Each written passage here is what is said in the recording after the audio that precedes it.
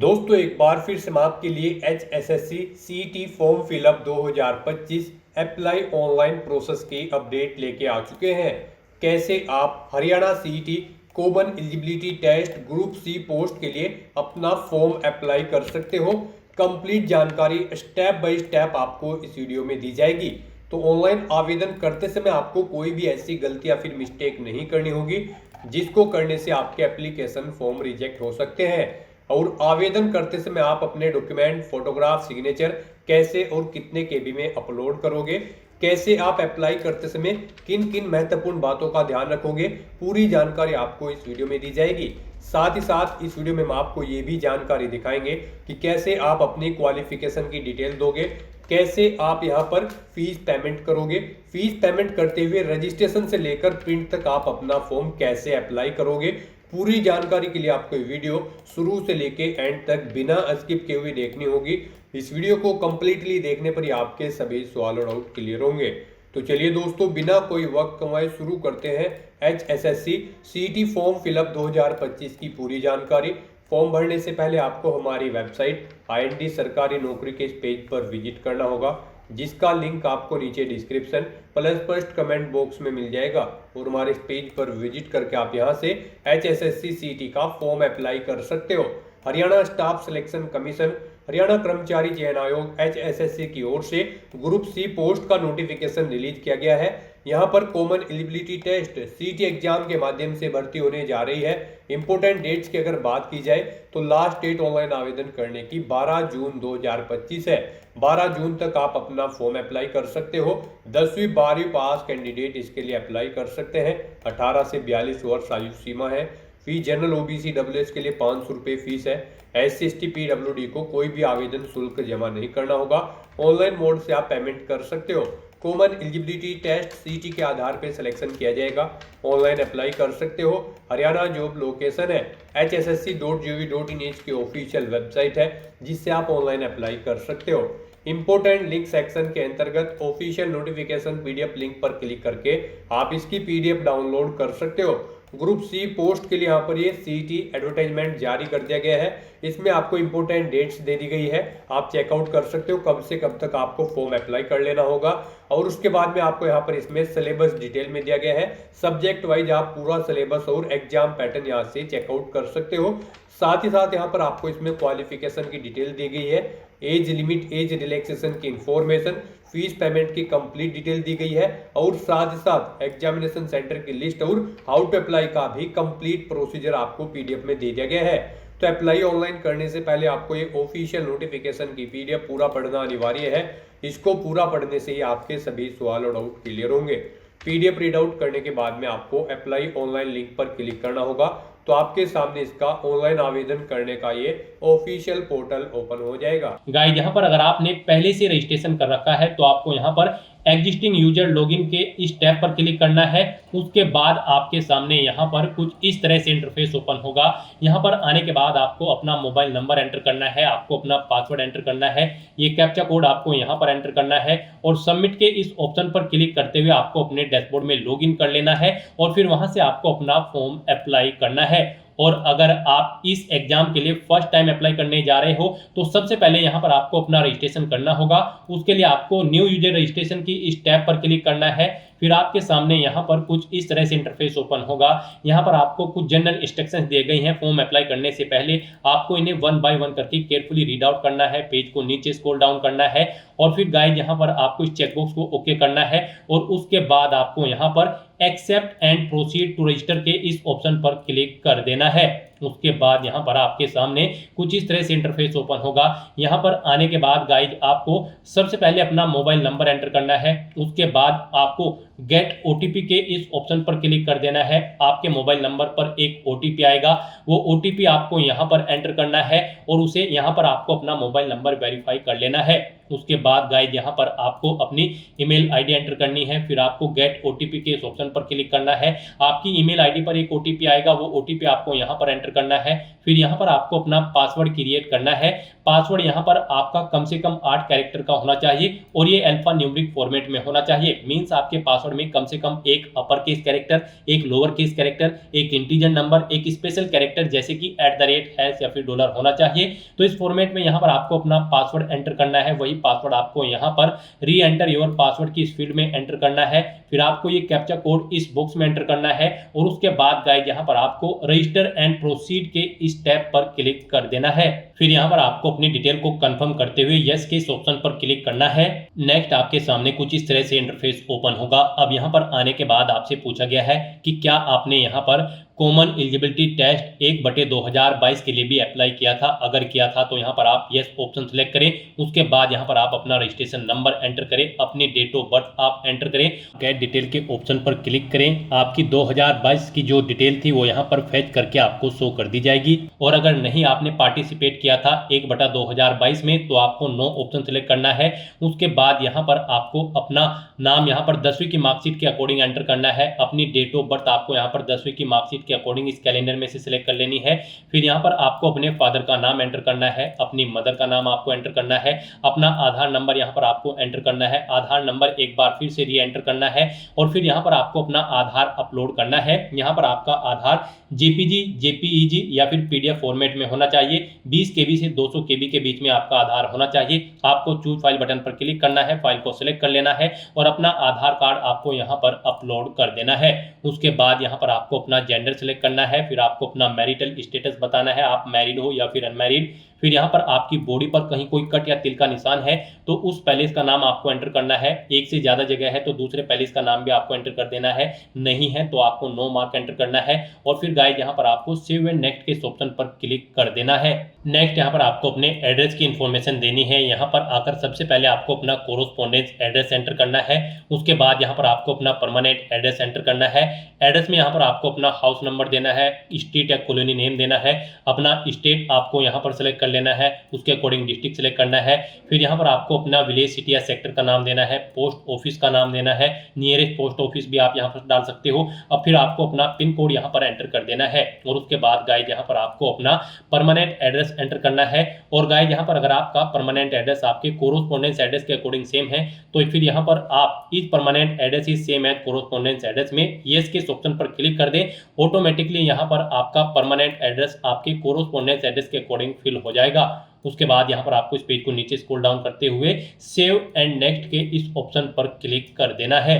Next यहाँ पर आपको अपनी कैटेगरी की इन्फॉर्मेशन देनी है। यहाँ पर आपसे पूछा गया है कि क्या आपके पास हरियाणा स्टेट का डोमिसाइल है या फिर आप बोनाफाइड रेजिडेंट कैंडिडेट है हरियाणा के। तो यहाँ पर आपको अगर हैं आप हरियाणा से तो आप यस ऑप्शन सेलेक्ट करेंगे। उसके बाद यहाँ पर आप अपने डोमिसाइल सर्टिफिकेट का नंबर देंगे और वो कब इशू हुआ था वो डेट आप सेलेक्ट करेंगे। सर्टिफिकेट आपको किस अथॉरिटी ने प्रोवाइड कराया था उसका नाम यहाँ पर आपको देना है, जैसे कि डीएम, कलेक्टर या फिर पटवारी। उसके बाद यहाँ पर आपको अपना डोमिसाइल या फिर बोनाफाइड रेजिडेंट सर्टिफिकेट अपलोड करना होगा। वो यहाँ पर आपका जेपीजी, जेपीईजी या फिर पीडीएफ फॉर्मेट में होना चाहिए। साइज उसका 20 केबी से 100 केबी के बीच में होना चाहिए। आपको चूज फाइल बटन पर क्लिक करना है, फाइल को सिलेक्ट कर लेना है और अपना डोमिसाइल या फिर बोनाफाइड रेजिडेंट सर्टिफिकेट यहाँ पर आपको अपलोड कर देना है।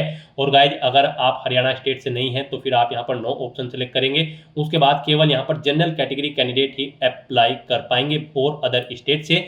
तो यहाँ पर आपको अपना ये डोमिसाइल की डिटेल प्रोवाइड करनी है। उसके बाद यहाँ पर आपको अपनी कैटेगरी सेलेक्ट कर लेनी है।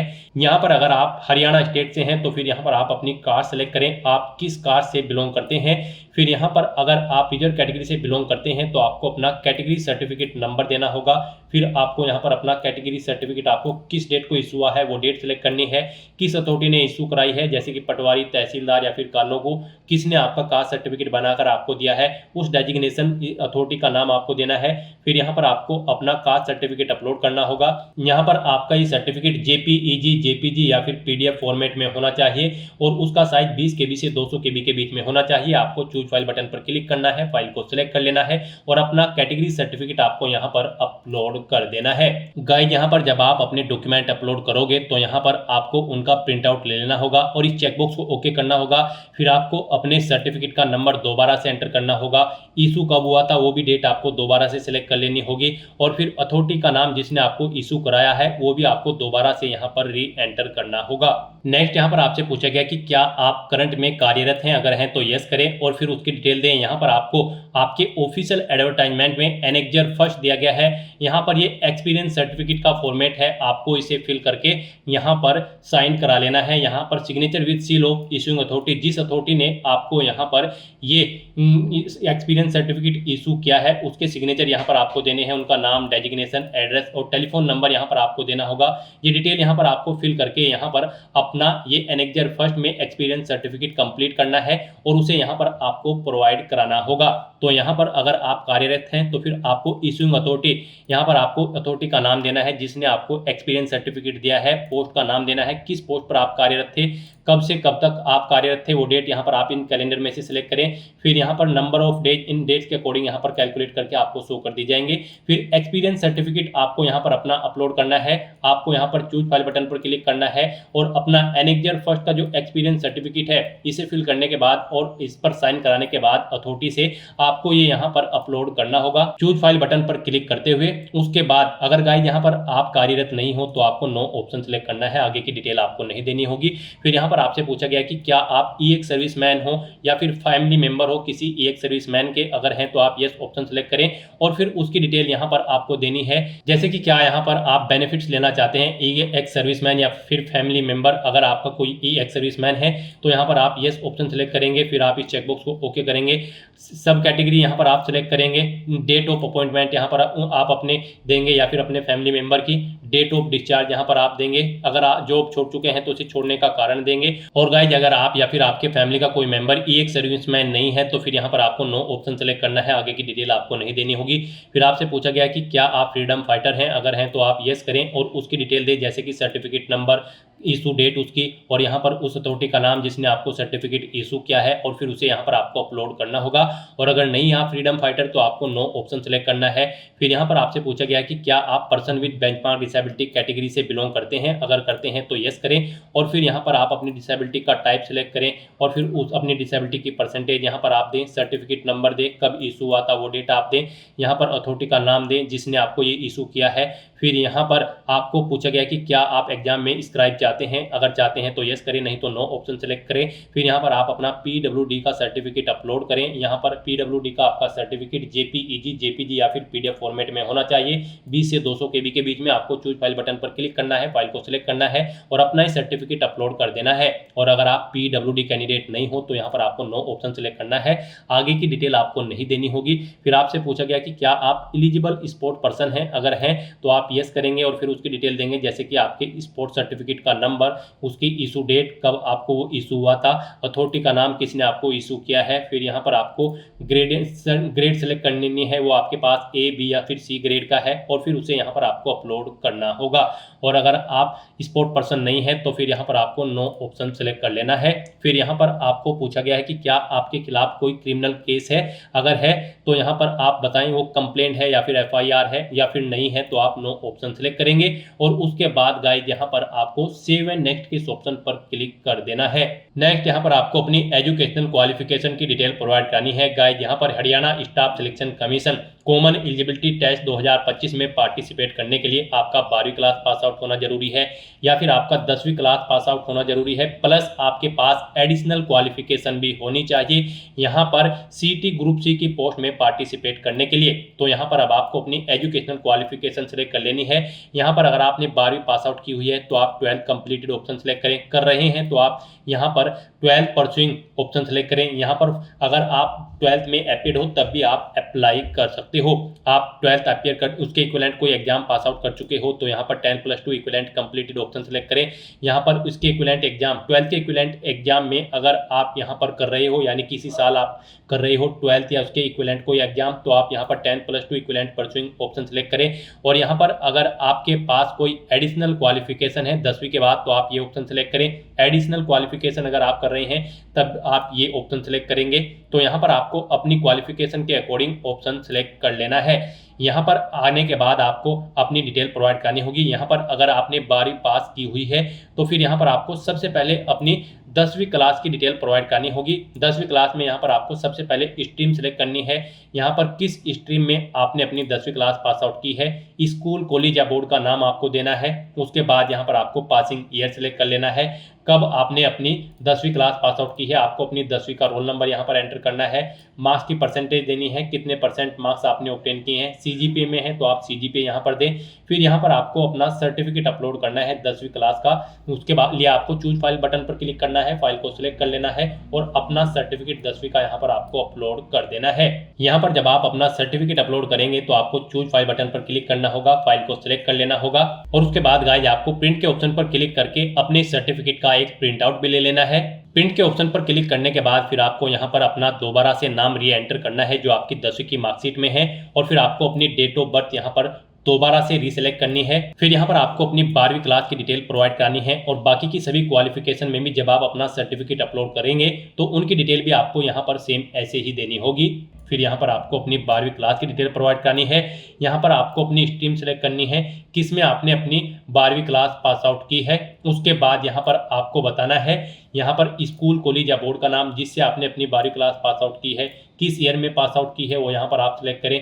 अपना 12वीं का रोल नंबर यहाँ पर आप एंटर करें, कितनी परसेंटेज या फिर सीजीपीए है वो यहाँ पर आप एंटर करें और फिर आप अपनी 12वीं का सर्टिफिकेट यहाँ पर अपलोड कर दें। चूज फाइल के बटन पर क्लिक करें, फाइल को सिलेक्ट करें और यहाँ पर आप अपनी 12वीं क्लास का सर्टिफिकेट अपलोड कर दें। यहाँ पर आपके जो डॉक्यूमेंट होंगे वो पीडीएफ फॉर्मेट में होना चाहिए आपका सर्टिफिकेट और 5 MB से कम उसका साइज यहाँ पर होना चाहिए।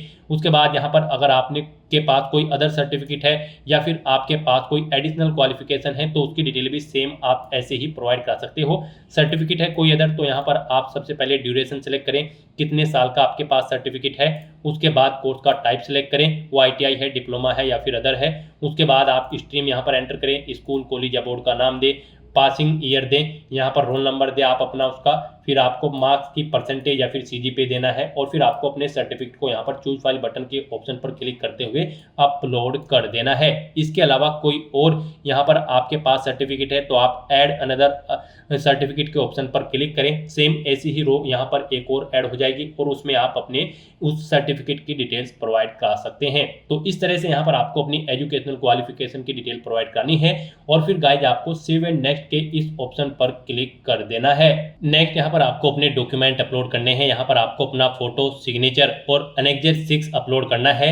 यहाँ पर आपका जो फोटो होगा वो यहाँ पर JPG या फिर JPEG फॉर्मेट में होना चाहिए। साइज उसका 20 KB से 100 KB के बीच में होना चाहिए और यहाँ पर उसकी डायमेंशन 200 × 230 पिक्सल होनी चाहिए। रेजोल्यूशन उसका 200 DPI होना चाहिए। सिग्नेचर आपके यहाँ पर JPEG या फिर JPG फॉर्मेट में होने चाहिए। 20 KB से 100 KB के बीच में यहाँ पर आपके सिग्नेचर होने चाहिए और उसके बाद यहाँ पर गाइज आपको अपना एनेक्सर 6 अपलोड करना है। ये डॉक्यूमेंट यहाँ पर ये भी आपका JPG या फिर JPEG फॉर्मेट में होना चाहिए। 20 KB से 200 KB के बीच में होना चाहिए। यहाँ पर आकर आपको click here to download annexure 6 के इस लिंक पर क्लिक करना है। आपके सामने ये फॉर्म ओपन हो जाएगा, आपको इसे फिल करना है। यहाँ पर आपको अपना नाम, अपने फादर या मदर का नाम फिल करना है। फिर यहाँ पर आपको अपनी 2022 CET का रजिस्ट्रेशन नंबर एंटर करना है और इसकी एक सॉफ्ट कॉपी आपको बना लेनी है और उसे यहाँ पर आपको अपलोड करना होगा। सॉफ्ट कॉपी आपकी JPEG या फिर JPG फॉर्मेट में होनी चाहिए जो कि यहाँ पर आपको अपलोड करनी होगी। तो यहाँ पर आपको अपने डॉक्यूमेंट अपलोड करने के लिए चूज फाइल के ऑप्शन पर क्लिक करना है, फाइल को सेलेक्ट कर लेना है और फिर यहाँ पर उन्हें 1 by 1 करके आपको अपलोड कर देना है।